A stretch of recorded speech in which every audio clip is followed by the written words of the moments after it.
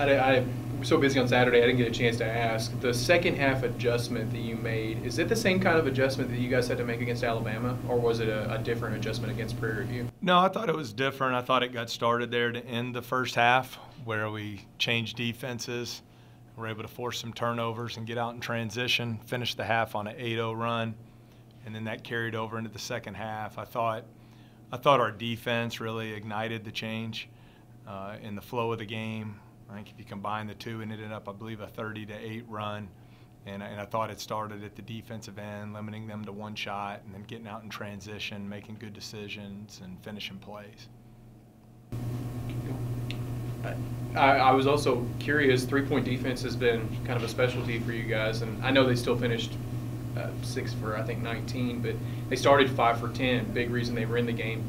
Anything Prairie View did that was different to attack the three-point line, or did you guys just miss on some closeouts? No, first half was just a poor job on our part of defending the three. Obviously, they got to make them, so credit to them. But number one, our transition defense wasn't as good as it needed to be. We gave up a couple open threes in transition. Number two, they presented some problems because they had 5 guys out on the floor who could shoot the three. Kind of like with Alabama, where we got hurt from 3 at Alabama, it was their 4 men who made the threes, and we were late on a couple closeouts to their 4s on some pick and pop type situations. And number 0, Ellis hit 3 threes in the first half at the 4 position on those pick and pop type settings. So I thought it was much better in the second half. They only hit 1 3 in the second half. I thought we were more aggressive on our closeouts. Transition defense was better. Middle's obviously a lot different than they were last year, losing King, Potts, and even Kermit Davis. What things do they bring to you guys on Saturday? What kind of challenges do you see them bringing you guys? Well, they have a really good team. I think you can be fooled by their record because they've lost 4 games in a row here, but they're top 10 in the country in strength of schedule. You know, teams like Virginia, Butler, Stanford have played a very competitive schedule. Very well coached. I've known Coach McDevitt for a long time. Did an unbelievable job at UNC Asheville. Will continue to do so at Middle. Antonio Green's their guy as far as scoring. He can shoot the 3, unlimited range. Was one of the leading three-point shooters in the country 2 years ago at Tennessee, Rio Grande Valley, excuse me. Made well over 100 threes. So he can really get it going at 20 a game.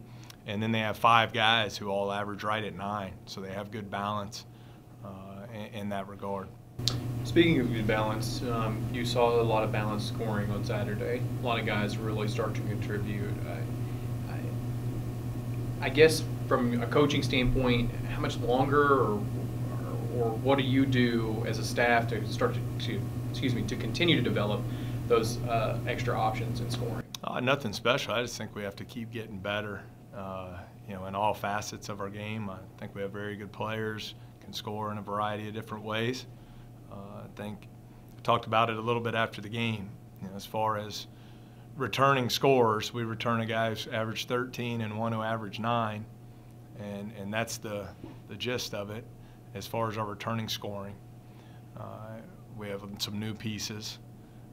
We also have incredible talent in Ja, so we've already faced 14 different defenses in just 4 games. So I didn't expect us to be this fine-tuned, elite offensive team early in the season. I think we just have to keep improving. I think you see there's a lot of room for growth there in our 4 Division I games. We're averaging 76 points a game while shooting the ball at 33% from 3, which is very average, and turning the ball over way too much, which shows me as we continue to get better in those areas, you'll see our offense continue to improve. This season, Shaq's been struggling from behind the three-point line, but I think he hit 2 of his last 4 on Saturday. How big is it to see him step up and start hitting those shots, especially it's going to expand your offense a little bit more with him making buckets like that? Yeah, not overly worried about it. What I want Shaq to be really locked in is being a lockdown perimeter defender, which he's been during his time here. He's shooting over 60% from 2, which I think needs to continue to be a strength of his. And I think you saw when he takes good quality threes, he'll shoot them at a good percentage. He got some good looks there in the second half and knocked them in. Hopefully he'll take some confidence from that. But he's really invested a lot of time in it. getting better from behind the arc, but at the same time, I don't want him taken away from all those other strengths to his game, thinking he needs to be Shaq Curry and just sit out there bombing threes. The 4 spot that you've already mentioned, how do you feel about the consistency there? And as far as defense is concerned, where do you think you're going to get your most success? Maybe not as necessarily a player, but I guess what's the mindset at the 4 spot? Yeah, really pleased with it. I think you've seen Anthony Smith with his toughness and his energy that he brings to the team. Terrific defender. He's been really, really good on the offensive glass, one of the leaders in the country in offensive rebounding rate, which is a key stat for us. And then I think you see Mike Davis getting more and more comfortable. I thought he was terrific on Saturday. Really played well. Was all over the offensive glass as well. Second double-figure scoring game for him. And I think you'll see both of those guys just keep getting better and better moving forward. Go ahead. I was going to say, is this still, again, I know you've talked a lot about it. You're not going to play all 13 guys, but we've seen several games now where you've played 8, 9, 10. Is this still an evaluation period for you as far as depth is concerned, or do you like the different types of things that these guys are bringing to the floor? Yeah, I'm really pleased with our group. I think obviously there's a lot of areas for us to get better and improve. I think your rotation's always kind of evolving. We've had a lot of practice time, so we've had a lot of competitive practices.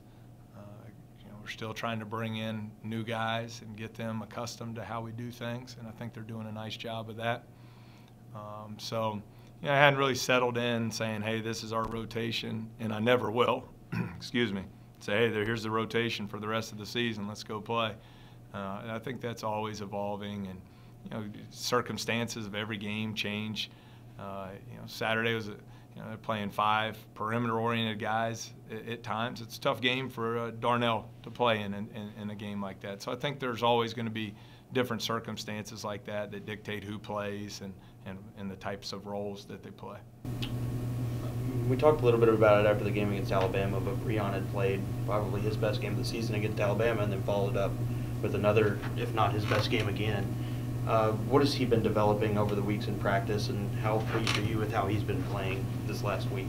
Well, I've been thrilled for him. I think he's been terrific. I think we talk a lot about you play the way you practice, and he's practiced a lot better over the last 4 weeks than he did the first 4 weeks, and it's not even close. I think he's been really engaged. His communication's been really good, and he's been terrific on the glass. And at 6'8", 250, he's been the anchor of our defense. Being honest with you, we excuse me, we weren't great defensively on Saturday. Breon bailed us out multiple times, coming over from the weak side to make blocks or contest shots.